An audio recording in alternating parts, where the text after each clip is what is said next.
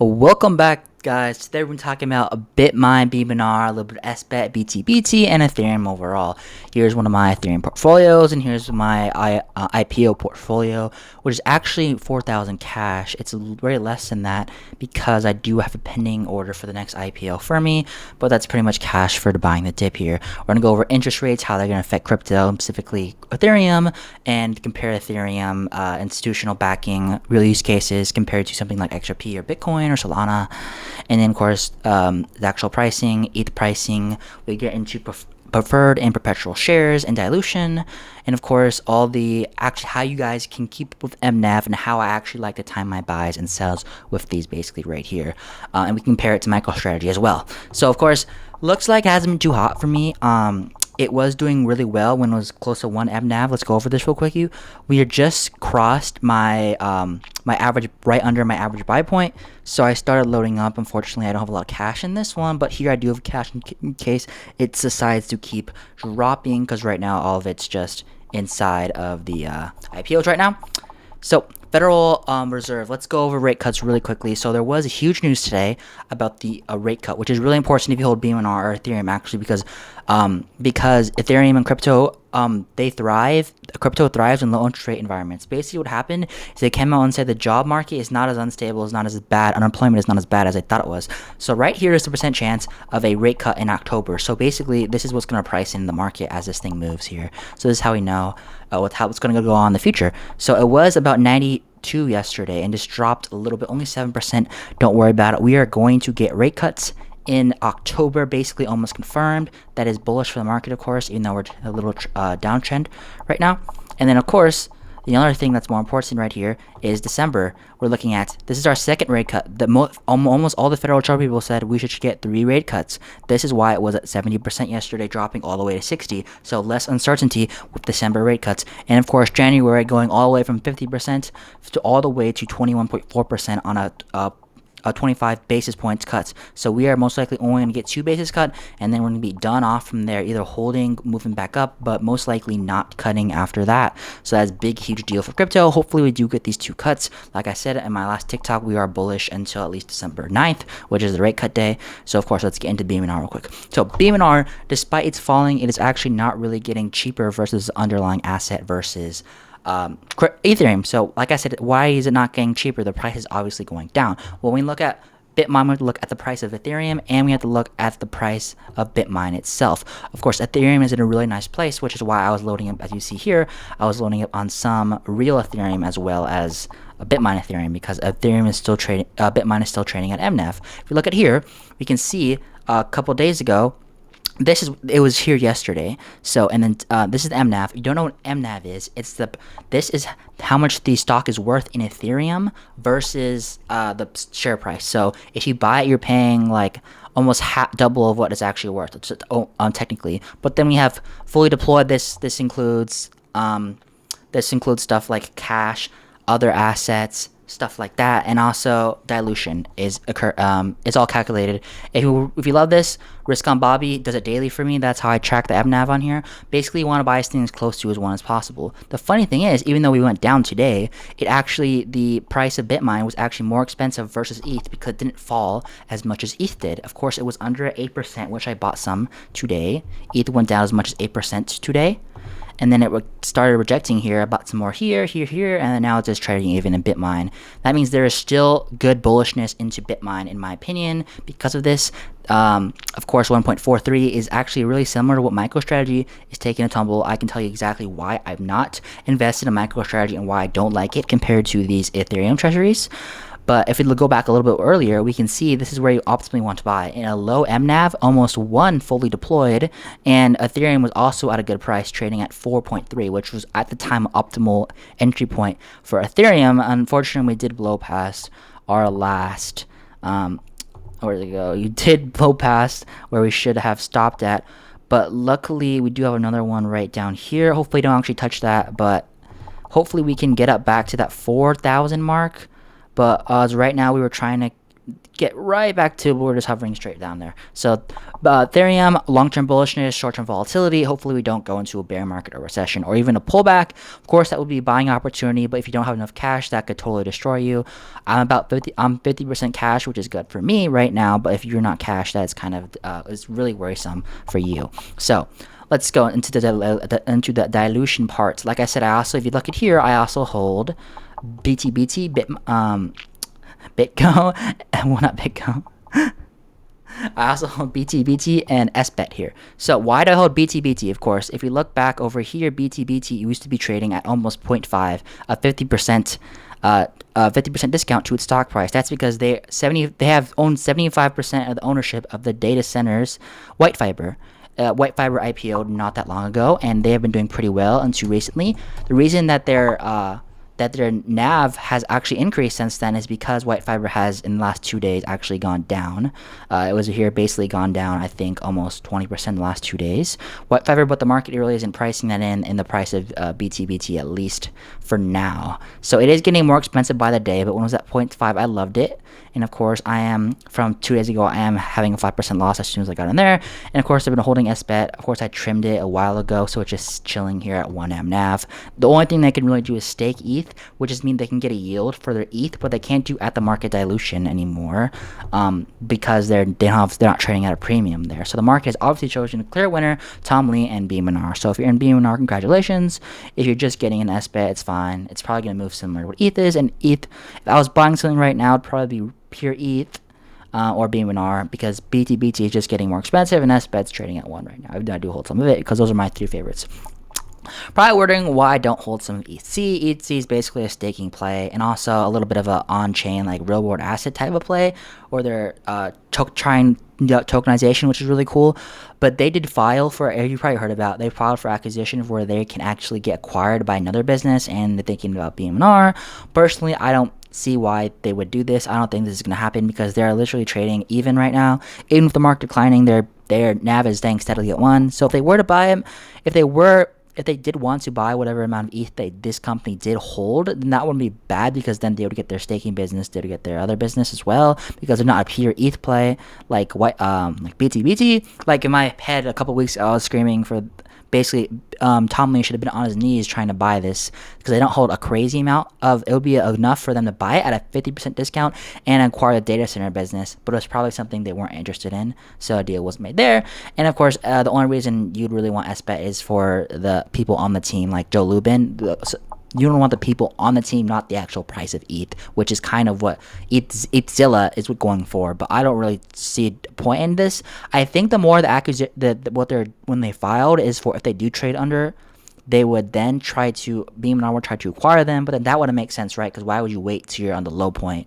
You should be trying to sell yourself high. So maybe that's what they're trying to do and try to work out a deal for them, since they are the one who made the decision, if you heard about that news. And let's go at dilution. Why does dilution work for BMNR? Maybe you don't know exactly how it works. Basically how it works, let's say BMNR is trading at $50. Well, they can dilute. They dilute here, and then they're a premium. So even if their stock drops a little bit, they're still trading at the premium because they're worth more than the actual ETH holding, right? So when they do dilution here, they'd be taking, let's say, $5 out of the stock, and they would be making new shares out of it, and they would sell the new shares to the open public, or maybe they would have new investors, a new pipe, and for a new lockdown date, which would they get at a cheaper price, which would push on the stock more.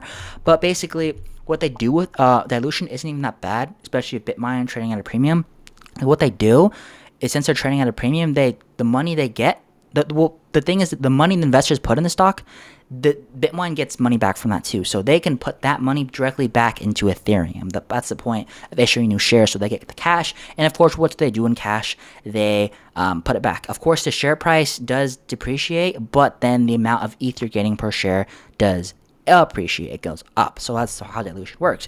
And of course, none of the other Ethereum treasuries really have that luxury right now, besides if you're Ethem right now, or sbet did it occasionally, but right now they're in full share buyback mode because they're trying to get as much shares at 1, and hopefully they can get back up. Fortunately, I do love the winner here, which is of course Bitmine. But of course dilution is more of a short-term thing. What the thing is, Michael Saylor and Strategy, what they have done beautifully, I can't spell.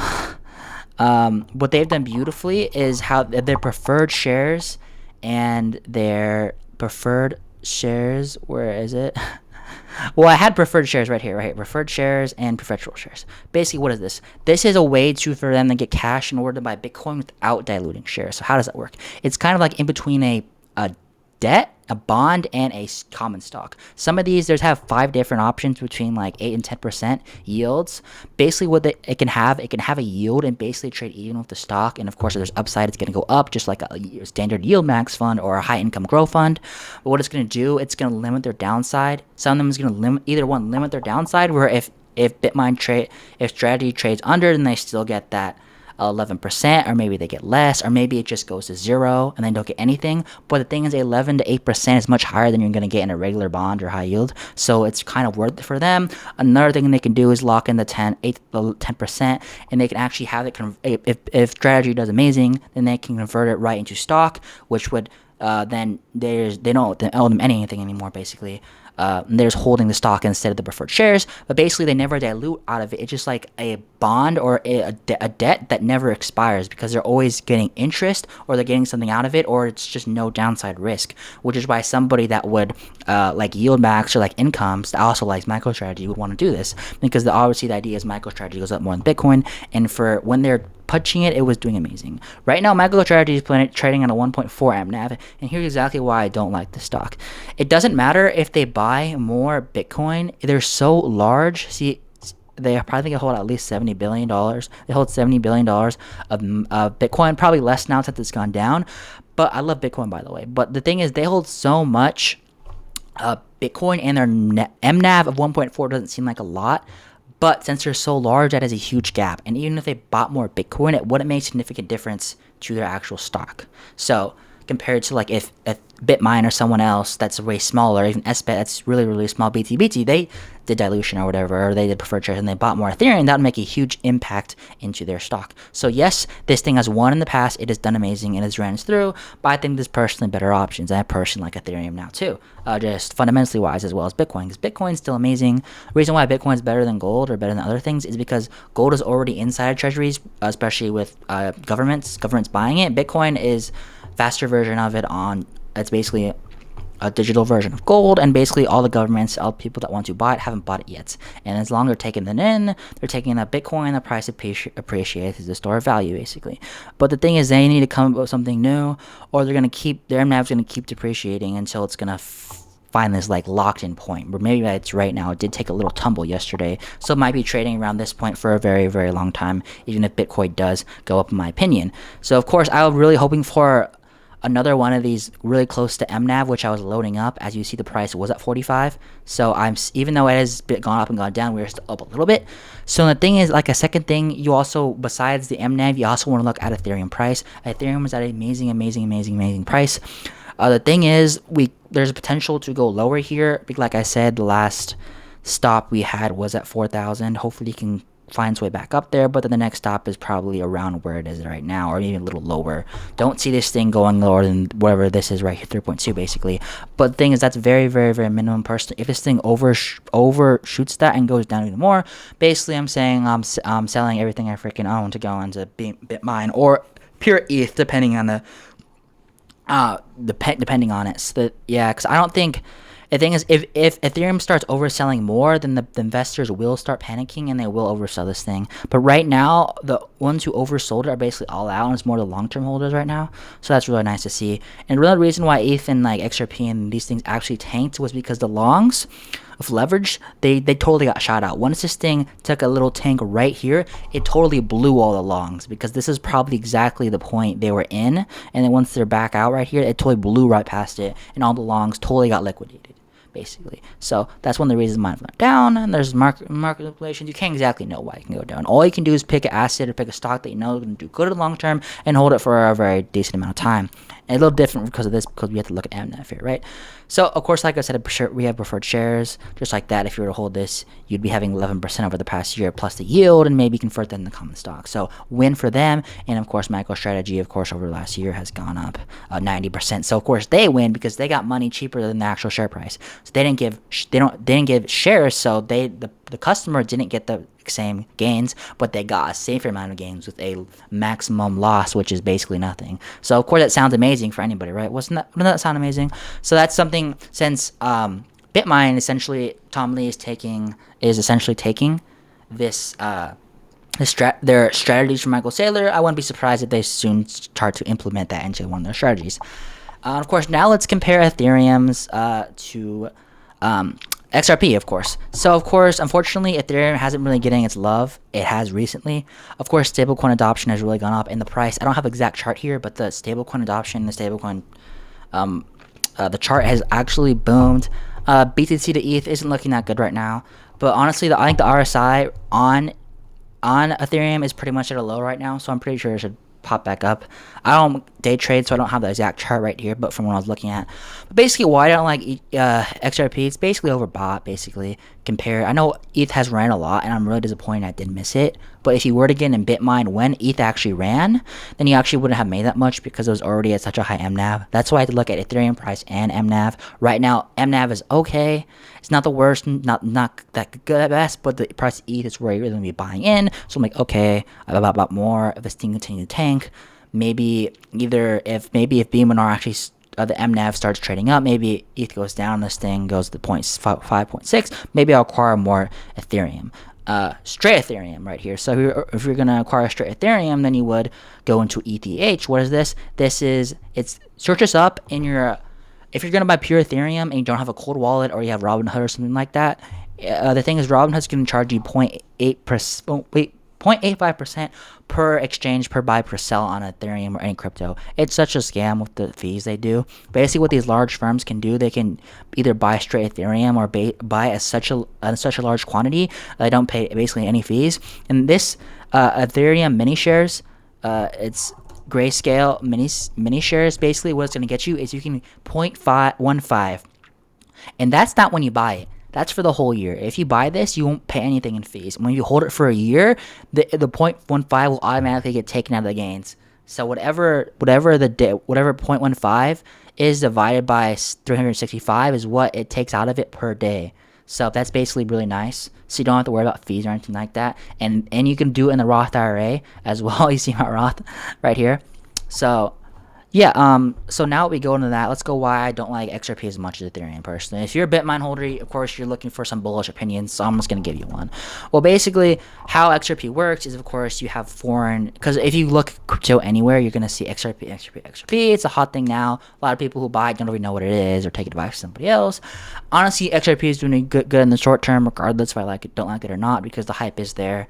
And personally, people are like, buy a dip, and it is holding this level way better than ETH did. ETH totally shot past its level right now. This thing's actually holding it pretty well on this bounce here. So, congratulations if you're an XRP holder. But the thing is, one, it's overbought. Two, it's technology. Banks don't actually have to buy straight XRP to use. It's foreign. Because basically the main reason for XRP is foreign currency exchanges for foreign countries.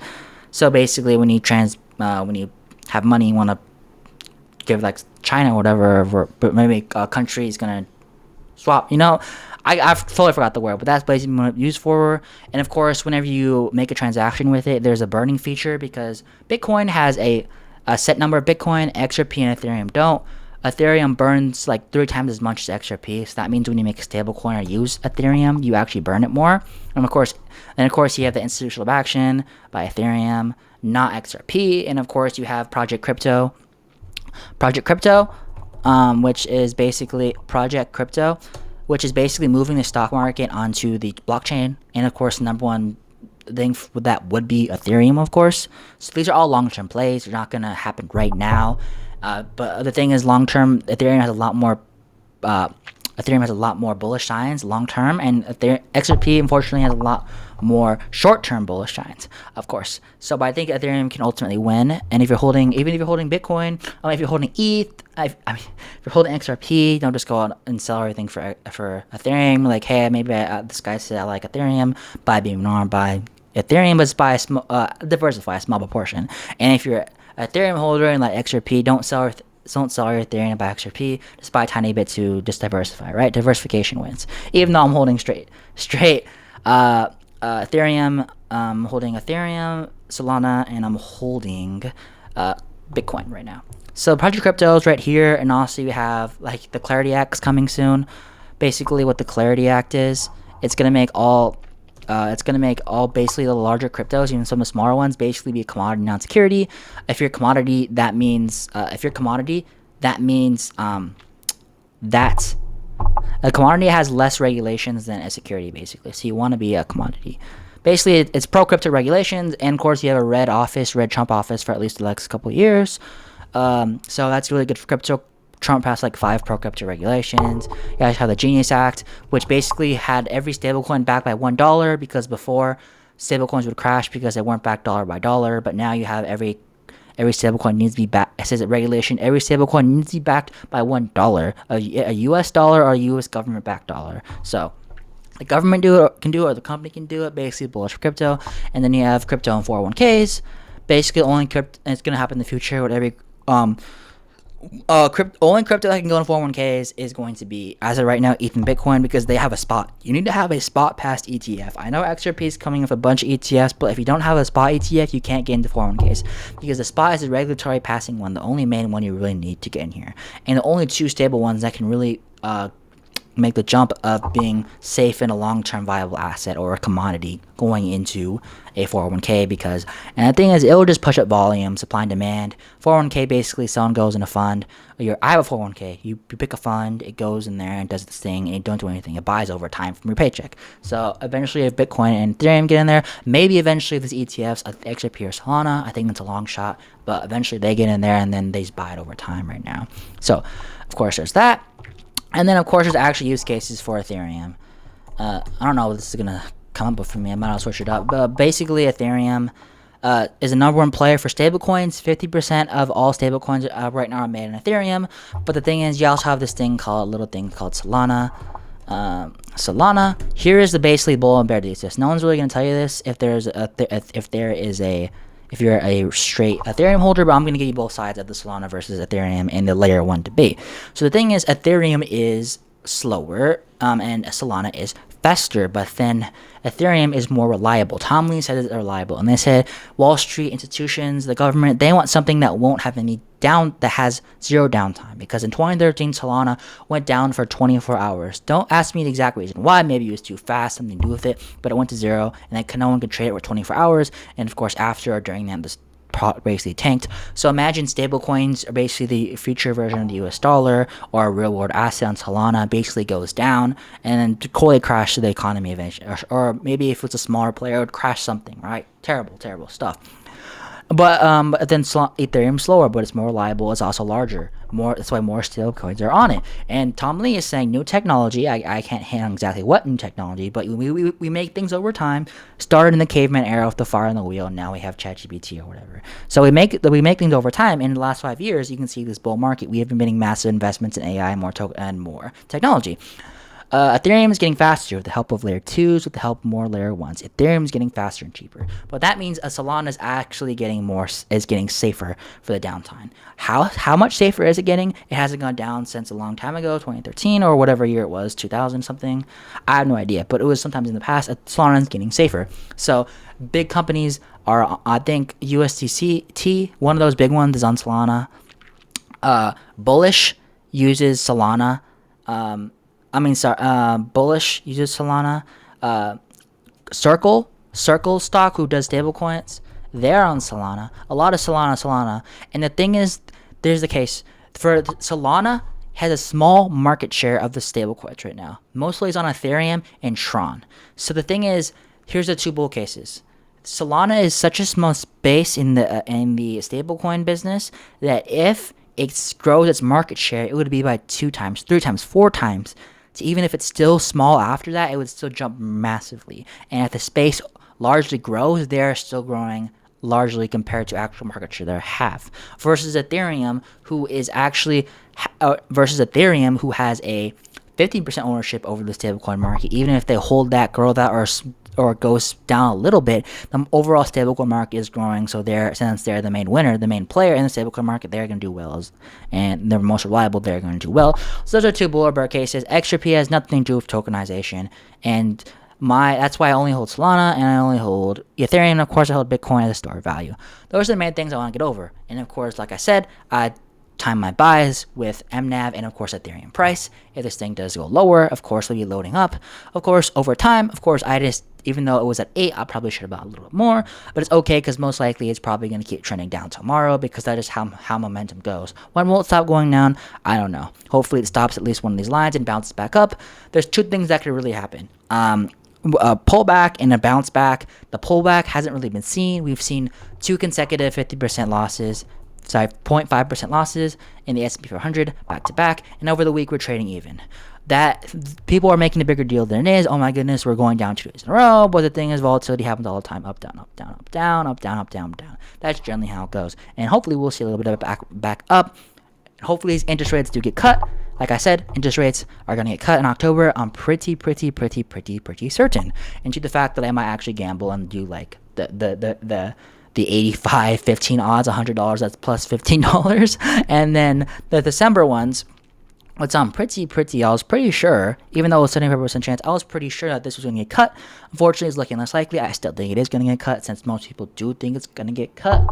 And hopefully it gets cut or we're so screwed. Because basically what's happened is basically the reason why the stock market didn't move last time, the last rate cut September, because it was already 95, and since they said, Powell said, we're cutting by 25 basis points, that 95% chance went to 100. So if it stays around here or gets uncertain, the 85% chance will go all the way up to 100. That's a 15% chance move in probability. So that means the stock market will have been bullish through that time and more during the day. Versus also December, if it stays around here or maybe goes lower, if it's at a 50% chance, basically if we get rate cuts, that would be a huge boost in the market. And if we get no rate cuts, that would be bad, but not the worst thing. No, it'd be terrible if this thing's at 90% sure chance and the stock market starts trending up and then no rate cuts, and then everything will just totally tank and that would kill everything basically. That's basically how rate cuts work.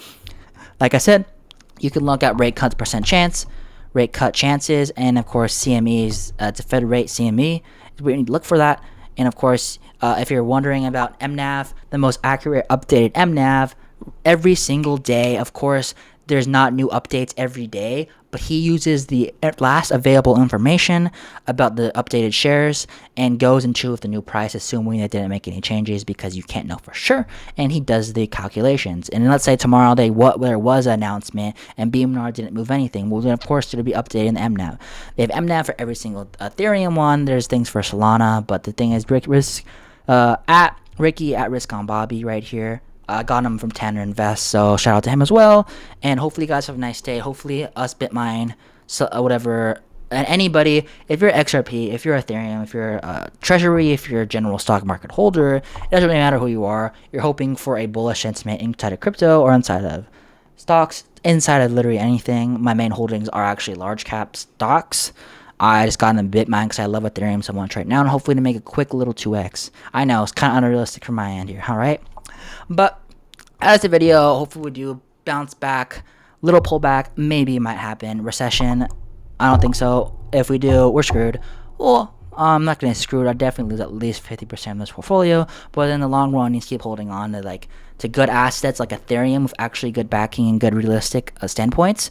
It's just like buying a stock. If you buy a shit stock and the recession happens and it doesn't survive, versus if you buy amazing stock and a recession happens, you know it's going to bounce back. That's basically how it happens. And that's why you got to pick your assets versus you got to pick the amazing assets, fundamentally strong and hype.